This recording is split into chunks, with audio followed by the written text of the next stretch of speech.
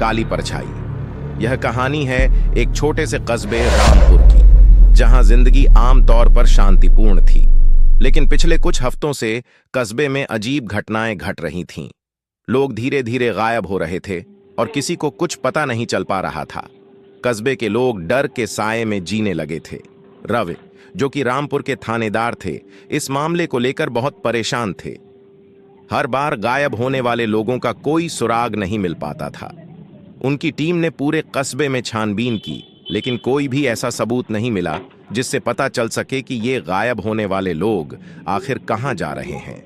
एक रात जब रवि अपनी ड्यूटी से लौट रहे थे, तो उन्होंने देखा कि कस्बे के बाहर स्थित पुराने मंदिर के पास कुछ हलचल हो रही थी। उन्होंने सोचा कि शायद यह वही जगह हो सकती है जहां से ये सारे रहस्यमयी घटनाएं हो रही हैं। उन्होंने तुरंत वहां जाने का फैसला किया। रवि ने अपनी गाड़ी मंदिर के पास छुपा दी और पैदल चलकर मंदिर की तरफ बढ़ने लगे। मंदिर के पास पहुंचने पर उन्हें एक धीमी आवाज सुनाई दी। उन्होंने देखा कि मंदिर के अंदर से एक काली परछाई निकल रही थी। वह परछाई धीरे धीरे मंदिर के पीछे की तरफ बढ़ रही थी। रवि ने उसका पीछा किया। मंदिर के पीछे एक पुराना कुआं था, जिसे अब बंद कर दिया गया था। रवि ने देखा कि वह काली परछाई उसी कुएं के पास जाकर गायब हो गई।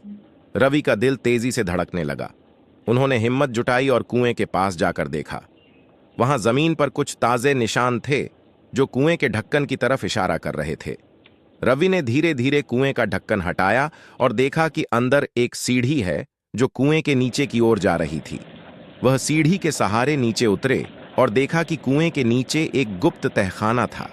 वहां कई लोग बंदी बनाए गए थे, जिनमें से कुछ वही लोग थे जो कस्बे से गायब हुए थे। रवि ने तुरंत अपने साथी पुलिस कर्मियों को बुलाया और उन सभी लोगों को सुरक्षित बाहर निकाला। तहखाने में और भी कई सबूत मिले, जिससे यह साफ हो गया कि यह सारा काम एक गुप्त गिरोह का था, जो काले जादू और तस्करी में लिप्त था।